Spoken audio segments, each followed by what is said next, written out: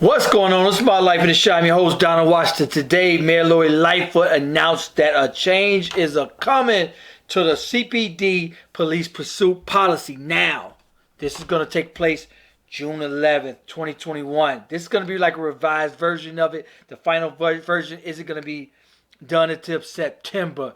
In this video, I'm going to outline all the policies that she's about to implement. However, do I think they're going to work? No. Understand this, I am not a fan of the police. Make no mistake about that. However, this particular policy, I would do it way different. Now, what's happening is there's a breakdown from the police to the community. Then there's a breakdown from the police to the mayor's office, the higher-ups. They're saying, hey, the higher-ups don't have our back. Hey, the community hates us. F everybody. We ain't doing nothing. We just going to do bare minimum. And I think that's absolutely what's happening. When we see less than 10% of the murders being solved, I think that's what's going on. Especially starting way back when, but especially last year with the George Floyd protest. They're like, all right, you know what? Y'all want to protest us and say F the police? All right, y'all cool. Y'all have at it. I think that's what's going on. And now I think that's going to make that even worse. So let's outline what's going on with this particular police policy. Now, this is the first one here. Reminding officers to begin an interaction with tactics meant to reduce the possibility of a foot pursuit. I don't understand what that means. Walk up nice. Hey, buddies. Hey, hi, everybody. How you guys doing today? What I think it's going to do is make it worse, and everybody's going to run now. If they think the police ain't going to follow, if I get pulled over and I got something on me, and that's how most of the guns are taken off the streets, is the police try to pull somebody over and search the car. And it's for a tail light, it's for a headlight, it's even for an air freshener. So what they're saying is remind officers to begin an interaction. And so the police are going to be like, hey, y'all doing too much. So you know what? We're going to do too little. We ain't doing nothing. Y'all don't want us to do this, then we ain't going to do it. I think that's what's going to happen. And I think that's going to have a breakdown and make it worse. Defining foot pursuits as appropriate only when there's a probable cause for an arrest that believe an individual has committing or about to commit a crime. Meaning, you just can't walk up on somebody and say, and if they run, you cannot pursue. If they didn't commit a crime before, or you think they're about to commit a crime, you cannot pursue. And most of the time, they're running because they got drugs or guns on them, or they just committed a crime. Prohibiting foot pursuits stemming from minor traffic offenses. Again, will this work? Because most of the time, that's where it leads. A minor traffic ticket, they pull somebody over for minor traffic and they fidgeting or whatever. But they're saying, hey, if they flee, I don't know, if they pull off or jump out and run, you just let it be. You don't pursue them. Detailing tactics to avoid a foot pursuit, including continued communication with a subject. I don't know what they mean by communication. Hey, buddy, I'm not going to chase you. I'm just here to talk to you. I don't know. And encouraging officers to position themselves in such a way to produce an opportunity for a foot pursuit. I don't know, maybe give them a prep talk and outline alternatives to foot pursuits. Look, before I continue, I feel like this. I think that the police in Inglewood should come from the town of Inglewood. I don't understand why it's 95% from Mount Greenwood. Therefore, it's a breakdown from the community to the police. They don't come from that community. They don't understand that community. And 95% of them hate that community. They hate that community because that community hates them. They hate them. It's vice versa. The feeling's mutual. And it's a breakdown in the community.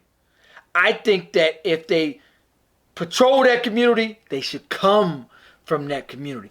Therefore, they would have some compassion for that community, and there's not a breakdown, and the community will feel that they're there to protect and serve versus to harass and whatever you want to call it. But there won't be that breakdown. Outline alternatives to foot pursuits always considered for officers includes establish surveillance or contain the area and or apprehending and identify suspects at another time or place. I think that's what it's saying. Okay, cool. You see somebody, you see they run, leave them alone, apprehend them another time, another day. All right, so now let's continue. Ensuring the circumstances surrounding a foot pursuit are considered before a foot pursuit takes place. Officers must ask themselves if the need to apprehend the subject is worth the risk of responding officers, the public, or the subject.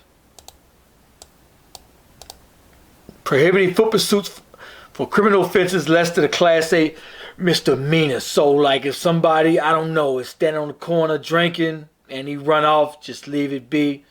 I can see that. That's cool. Unless the person possesses an obvious threat to the community or other persons. Termination of foot pursuit. If officers engaged in pursuit believe that they would not be able to control the suspect if a confrontation were to occur. I don't know if he's 6'8" and gonna beat you up. I don't know. Outline responsibilities. Supervise rest of this stuff. Requiring officers to notify Office of Emergency Management. See, this is too much right now. And I think that's why they're saying this is just a revised version. The final version will be in September. But right now, what it is going to cause confusion. And so they're going to say, you know what? I ain't going to pursue nobody. Leave everybody be. And then on top of that, that's going to encourage people to run, because if I'm likely to get away with it, I'm gone. Please pull me over, and I got something over me. I'm out of there. I'm gone, straight up. So I feel that, and this is because of Adam Toledo and some of the police, we follow everything we know. All right. I think that first I would start with the breakdown with the community. I would switch it up. If you patrol the community, you should live in that community. You should have some compassion for that community. Y'all should see some of them officers. They look at you like with pure hatred. And they're not from the community. They don't understand it. They don't even know it. A lot of them don't even like that community. So therefore, they're going to be as ruthless as vicious when they get to that. But anyway, that's a whole nother subject. Also, this young lady here, Kendra Gardner, 41, was found dead inside of a car. She was missing. She was missing for a week. On the 3000 block of North Clifton. This is the Lakeview community. This is up north. So let me see what changed in this community. And what day, what cars came and went. So she was in a white car, right? She was in a white.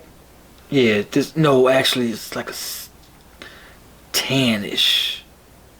Look like a Cadillac. Somebody walking past saw her in the car and noticed she was not moving. This is her Facebook page here.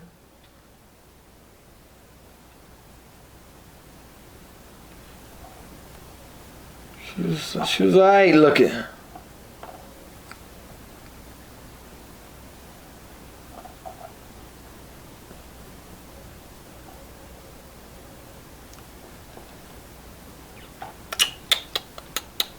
Only 41. They don't have any suspects yet.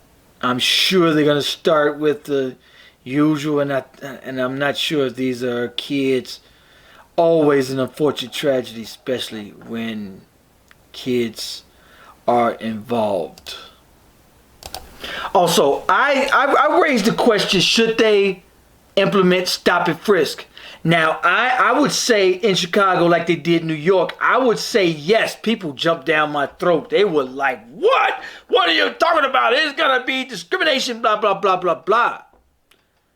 However, yes, it is going to be discrimination, but if it would save one little baby, I'm not even going to sit and pull up all the babies, 2-year-old, 5-year-old, 7-year-old, Jaslyn Adams, young babies being murdered. There was 15, 16, 11. I did the numbers yesterday. It was like in Chicago alone, I think we up to like, I don't know, 12 this year alone. Last year was like 15.